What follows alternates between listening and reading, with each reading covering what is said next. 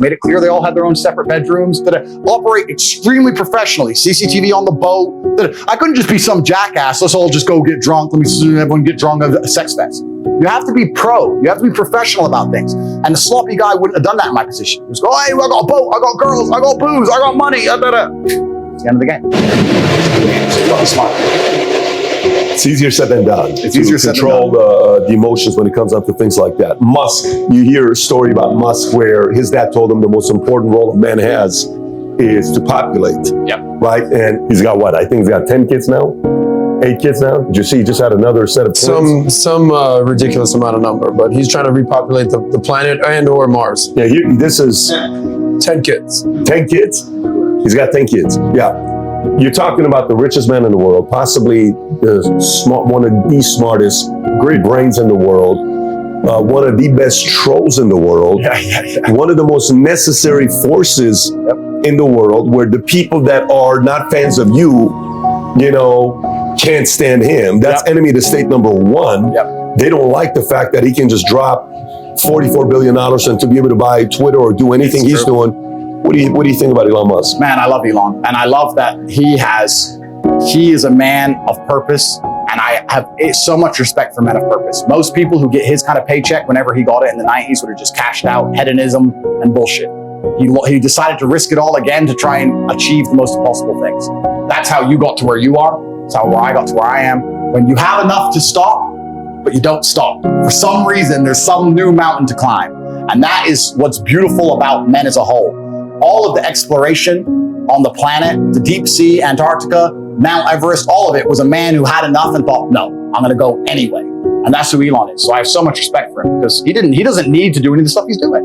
And he's adopting the biggest problems in the world and all the headache that comes with it. You're right, all the heat and all the dislike and all the pressure, he's adopting it anyway. And those are the kind of men we need more of. Men who say, you know what, yeah, I do have enough. It's not about enough. Who are some guys that you would put in that level with Musk, like Musk? Well, Musk is Musk, right?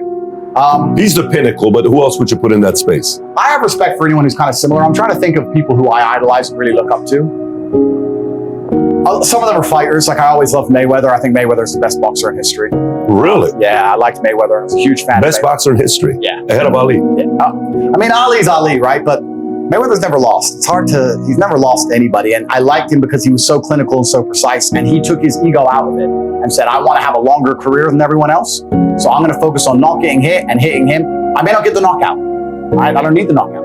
I've won. Just win, clinical, chess. Win, payday. Win, payday. Your fight was boring. 100 bill, whatever. 100 mil, whatever. Yeah, boring. Cool. Next, win. He was really smart. So I like Mayweather. He's someone I've always looked up to and I really respect. That's a really good question. I think that it's kind of difficult now in the world because also a lot of the people who are propagated to the top and perpetuated into absolute global stardom, I'm not sure if all of them have done it through good intentions. We can look at the things we said from Logan earlier, etc. But I think even now, I have the most respect for the common man. I think I have so much respect for the common man. I say it all the time to Tristan. Me and him will have our most in-depth conversations when we're in a S-Class on our way to the private jet and we see a street sweeper at 3 a.m. in Romania knowing he's getting $200 a month. And me and T will look at him and go, I respect that. Like, it's just, man, there are so many people out here just living hard lives, and I have so much respect for them. And we can talk about the ones who make it, but there's so many people who don't make it, and that's difficult. And I have so many stories. I don't want to tell any more stories because I can go on forever.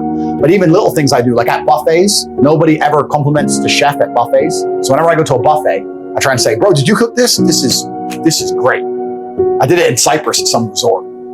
I swear, like I gave him $1 million to smile on his face. He'd never been complimented in 15 years of cooking meatballs.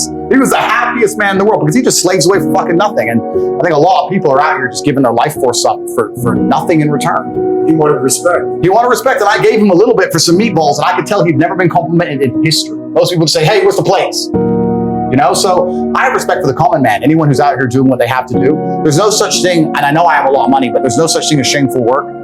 If you're a man and you're getting up and you're working, doesn't matter what it is, we need people who do these jobs, and I have absolute respect for you. And when I talk about escaping the matrix, I'm not saying that, you know, if you're working your normal job, you suck. I'm not saying that. I'm saying if you want to live the life I live and you want to have all the things I have, then you have to escape. Of course, it's going to be difficult, but I have absolute respect for anyone who gets up in the morning and faces their demons and gets it done, because life as a man is fucking hard. It is really hard to do. Final topic before we wrap up. Sure. America. Do you follow the political climate in the U.S.? I have recently become apolitical. I have so little faith in either side of the system that I am now absolutely and utterly apolitical. I do not have any opinions on anything. I'm an apolitical person because I feel like it's two sides of the same coin. That's my view. Doesn't matter who it is. I don't Left, think right, middle, it's the same thing. I think from an ideological perspective, it's nice to have certain figures because it certainly inspires the morale of the sensible as opposed to the morale of the insane. I believe that. However, I believe that the power structures are set up in such a way that the president doesn't truly matter.